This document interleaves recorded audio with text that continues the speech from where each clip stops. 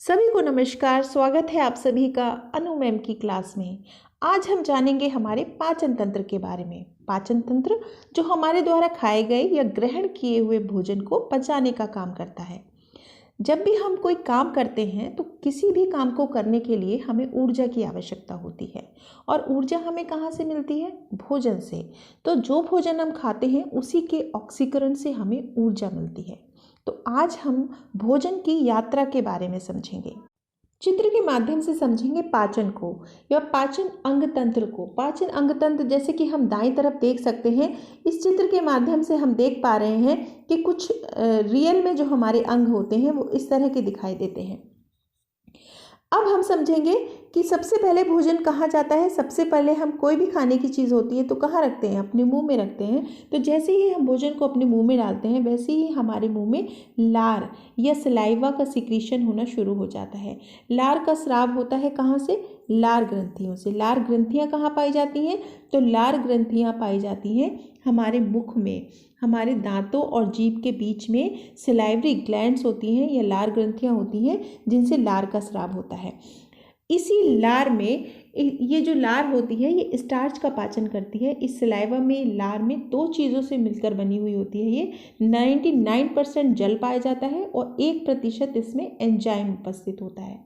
लार में दो तरह के एंजाइम होते हैं, ये याद रखने की बात है, नोट कर लीजिएगा। एक है टाइलिन और दूसरा है लाइसोसोम। ये जो टाइलिन एंजाइम है ये स्टार्च को पचाने का काम करता है और ये स्टार्च को पचाकर बनाता है माल्टोज, जबकि लाइसोसोम केवल बैक्टीरिया को मारने का काम करता है। और जब ये भोजन जीभ के संपर्क में आता है, यहीं पर स्थित होती है जीभ, तो जीभ के संपर्क में जब ये भोजन आता है तो जीभ में होती हैं टेस्ट बर्ड्स या फिर स्वाद ग्रंथियाँ, जो इसके स्वाद को चखकर हमारे ब्रेन तक पहुंचाते हैं। भोजन तीखा है, मीठा है, खट्टा है, वो सब हमें उस स्वाद ग्रंथियों के द्वारा ही पता चलता है।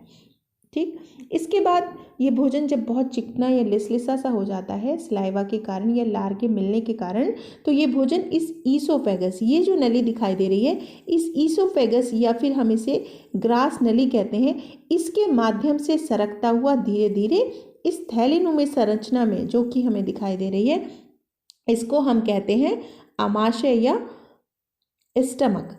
इस थैलीनुमा संरचना में आकर गिर जाता है। जब भोजन यहाँ पहुँचता है, इसे पहुँचने से पहले एक प्रक्रिया के थ्रू ये यहाँ तक आता है, एक प्रक्रिया से गुजरता हुआ, तो इसको हम संकुचन कहते हैं। एक खास प्रकार का संकुचन होता है इस नली में, जिससे कि ये कभी सिकुड़ती है कभी फैलती है। तो इस तरह से इस संकुचन की प्रक्रिया के द्वारा ये खाना आसानी से स्टमक में या आमाशय में पहुंच जाता है। जैसे ही आमाशय की अंदर की दीवार, जैसे ही आमाशय में ये पहुंचता है तो आमाशय की अंदर की दीवार से कुछ गैस्ट्रिक जूस का स्राव होता है। स्टमक में दो तरह के एंजाइम जो होते हैं वो सिक्रीट होते हैं। तो एक तो होता है यहाँ पर HCl यानी हाइड्रोक्लोरिक एसिड कहते हैं इसको, HCl, और दूसरा होता है प्रोटीएज या हम इसको पेप्सिन भी कहते हैं। जब HCl और प्रोटीएज की बात करते हैं तो ये जानना बहुत ज़रूरी है कि भोजन में जो प्रोटीन होता है उस प्रोटीन को छोटे छोटे टुकड़ों में तोड़कर अमीनो एसिड में बदल देते हैं ये। ठीक है, तो जो पेप्सिन होता है ये प्रोटीन को छोटे छोटे टुकड़ों में तोड़कर अमीनो एसिड में बदल देता है। तो जो प्रोटीएज या पेप्सिन कहते हैं इसको, प्रोटीन को अमीनो एसिड में बदल देता है, ये हमें याद रखना होगा। और जो HCl होता है, HCl एंजाइम, HCl जो गैस्ट्रिक जूस है, ये हाइड्रोक्लोरिक एसिड है, ये भोजन को बहुत छोटे छोटे टुकड़ों में बांट देता है और इसी आमाशय की दीवार से एक म्यूकस यानी एक श्लेष्मा, चिपचिपा जैसा पदार्थ भी निकलता है और वो आमाशय से निकलने वाले एसिड यानी HCl से ही इसको बचाता है, ताकि ये HCl जो है ये, क्योंकि एसिड है, इसकी दीवार को कोई नुकसान ना पहुंचाए, इसको जला ना दे। तो ये जो म्यूकस है, ये लसलसा सा पदार्थ होता है, ये इससे इसकी रक्षा करता है। और जो HCl है यानी हाइड्रोक्लोरिक एसिड है, इसका काम क्या है कि हमारे पेट में ही जो बहुत सारे बैक्टीरिया अगर आ जाते हैं तो वो पेट में ही मर जाते हैं, जिससे कि हमारे शरीर को कोई नुकसान नहीं पहुंचता। स्टमक में फूड पहुंचता है, उसके बाद यहाँ से होते हुए ये आता है स्मॉल इंटेस्टाइन में। अब स्मॉल इंटेस्टाइन में क्या होता है कि यहाँ इस पूरे प्रोसेस में लगभग 2 घंटे का समय लग जाता है। ये अलग अलग खाने पर या भोजन की प्रकृति पर डिपेंड करता है कि आपने किस तरह का लिक्विड खाया है या सॉलिड खाया है, उसी तरह से थोड़ा टाइम में भी अंतर आ जाता है।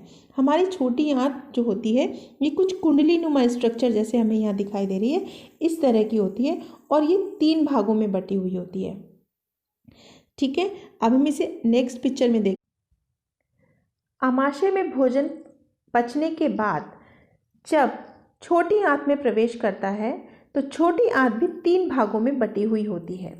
सबसे पहले भाग को हम कहते हैं ड्यूडेनम, दूसरे भाग को कहते हैं जेजुनम और तीसरा भाग कहलाता है इलियम। सबसे इम्पॉर्टेंट जो प्रक्रिया घटित होती है या सबसे इम्पॉर्टेंट प्रोसेस जहाँ होता है भोजन के साथ, वो होता है ड्यूडेनम। ड्यूडेनम की अगर हम बात करते हैं, चित्र के माध्यम से समझेंगे।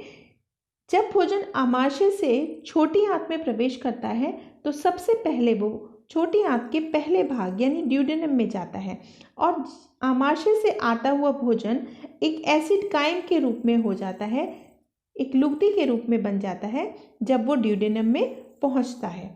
ड्यूडेनम में आने के बाद इसके मुंह पर ही यहाँ से बाइल जूस और पैंक्रियाटिक जूस इस भोजन में मिल जाते हैं। यानी कि जब भोजन छोटी आंत में पहुंचता है तो इसमें 3 एंजाइम मिल जाते हैं। 2 ग्रंथियां हैं जो कि जूस का स्राव करती हैं। एक तो है अग्नाशय यानी पैंक्रियास और दूसरा है लीवर या हम इसको यकृत कहते हैं। तो सबसे पहले हम समझ लें कि लीवर का क्या काम है। तो लीवर जो है ये शरीर के दाईं तरफ स्थित होता है। स्टमक जो होता है यानी आमाशय जो होता है ये शरीर के बाएं तरफ स्थित होता है और दाईं तरफ लीवर होता है। लीवर का वजन लगभग 1.5 किलो से 2 किलो तक होता है और शरीर की सबसे बड़ी ग्रंथि कहलाती है ये लीवर। ठीक है, ये याद रखने की बात है कि शरीर की सबसे बड़ी ग्रंथि है यकृत या लीवर। लीवर के नीचे की तरफ यहाँ एक छोटी सी थैलीनुमा संरचना होती है जिसको हम कहते हैं पित्ताशय या गॉल ब्लैडर। यहाँ बाइल जूस या पित्त इकट्ठा होता है। ठीक है, तो अब समझते हैं कि बाइल का क्या काम है।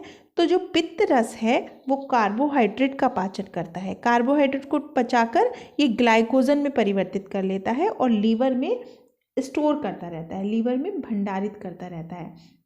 यानी भोजन में मौजूद जो फैट होते हैं वो अपने छोटे छोटे फैटी एसिड में बदल जाते हैं और जिसकी वजह से इसका एब्जॉर्प्शन इस वाले पार्ट में एब्जॉर्प्शन आसान हो जाता है। वहीं पैंक्रियास से निकलने वाला जो पैंक्रियाटिक जूस है उसकी वजह से कार्बोहाइड्रेट शुगर और ग्लूकोज में बदल जाता है। जो कार्बोहाइड्रेट है वो शुगर में और ग्लूकोज में बदल जाता है।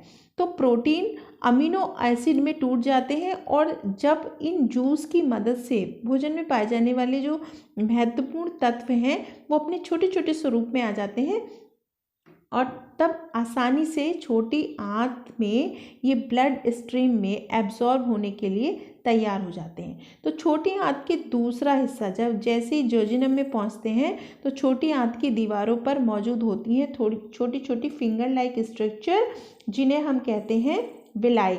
जैसे कि अभी हम नेक्स्ट छोटी आंत के दूसरे भाग या जेजुनम में जो फिंगर लाइक स्ट्रक्चर विलाई होती हैं इन्हीं में मौजूद होती हैं ब्लड कैपिलरीज और इन्हीं के द्वारा भोजन से प्रोटीन, कार्बोहाइड्रेट और फैट जैसी चीज़ों को अवशोषित कर लिया जाता है और फिर इन सभी पोषक तत्वों को शरीर के दूसरे भागों में पहुंचा दिया जाता है।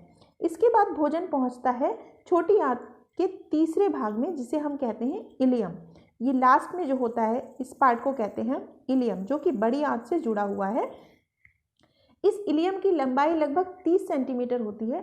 जब भोजन इलियम में आता है तो यहाँ इसमें हड्डी और खून के लिए जो जरूरी पोषक तत्व हैं वो अवशोषित कर लिए जाते हैं और एब्सॉर्ब करने के बाद जब ये अवशोषित हो जाते हैं तब ये जो खनिज तत्व हैं इन्हें शरीर के अलग अलग हिस्सों में पहुंचा दिया जाता है।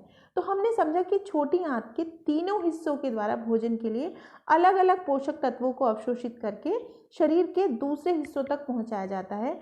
और ये भी जान लिया कि भोजन का अधिकतम अवशोषण छोटी आंत के तीनों हिस्सों में यानी कि ड्यूडेनम यानी ग्रहणी भी कहते हैं हम इसको और जेजुनम और इलियम के द्वारा होता है। छोटी आंत में सफ़र करने के बाद फिर बचा हुआ भोजन सफ़र करता है बड़ी आंत में। बड़ी आंत में सफ़र कैसे होता है भोजन का, बड़ी आंत में किस किस प्रक्रिया से गुजरता है भोजन, इसको भी समझेंगे अब। छोटी आंत से भोजन के पचने के बाद भोजन को पहुंचा दिया जाता है बड़ी आंत में। अब बड़ी आंत की संरचना को समझते हैं पहले कि बड़ी आंत में एक छोटा सा नीचे की तरफ एक अंग जुड़ा हुआ है जिसको हम कहते हैं अपेंडिक्स, जिसका वर्तमान में कोई यूज़ नहीं है, इसीलिए इसको वेस्टिजियल ऑर्गन भी कहते हैं। लार्ज इंटेस्टाइन के भी 3 भाग होते हैं, जो नीचे से ऊपर की तरफ जाता है ये असेंडिंग, जो बीच में है इसको ट्रांसवर्स, और नीचे की तरफ जो आता है इसको डिसेंडिंग कॉलन कहते हैं। और इस तरह से पचा हुआ भोजन इस आंत में जब पहुंचता है, छोटी आंत से पचा हुआ भोजन जब बड़ी आंत में पहुंचता है तो वहाँ पानी का अवशोषण किया जाता है और कुछ ऐसे खनिज लवण जो कि छोटी आंत में पचने से, छोटी आंत में एब्जॉर्ब होने से रह गए हों, उनको बड़ी आंत द्वारा एब्जॉर्ब कर लिया जाता है। ये लगभग 1.5 मीटर के आसपास लंबी होती है। इसकी चौड़ाई भी छोटी आंत से थोड़ी ज़्यादा होती है, जिससे कि जो भोजन डाइजेस्ट नहीं हो पाता या जो वेस्ट मटेरियल होता है वो एनस के द्वारा या मल द्वार के द्वारा बाहर की तरफ निकाल दिया जाता है। तो आज हमने समझा कि किस तरह से भोजन हमारे शरीर के अंदर जाकर किस किस प्रक्रिया से गुजरता है और तब हमें ऊर्जा प्राप्त होती है, हमारे शरीर को पोषक तत्व प्राप्त होते हैं। तो इस प्रक्रिया को समझने में हमने जाना कि सबसे पहले भोजन मुंह में आया, मुंह के बाद इसोफेगस के थ्रू आमाशय में आया, आमाशय के बाद छोटी आंत में उसका पाचन होता है और फिर बड़ी आंत में उसके पाचन होने के बाद वो मल द्वार द्वारा जो वेस्ट मटेरियल है वो बाहर निकाल दिया जाता है। तो इस प्रकार से भोजन की जो यात्रा है वो आज हमने समझी और बहुत ही मज़ेदार यात्रा है ये। आशा करती हूँ आप सभी को मज़ा आया होगा भोजन की यात्रा को जानने में। तो फिर मिलेंगे अनु मैम की क्लास में एक मज़ेदार टॉपिक के साथ। नमस्कार।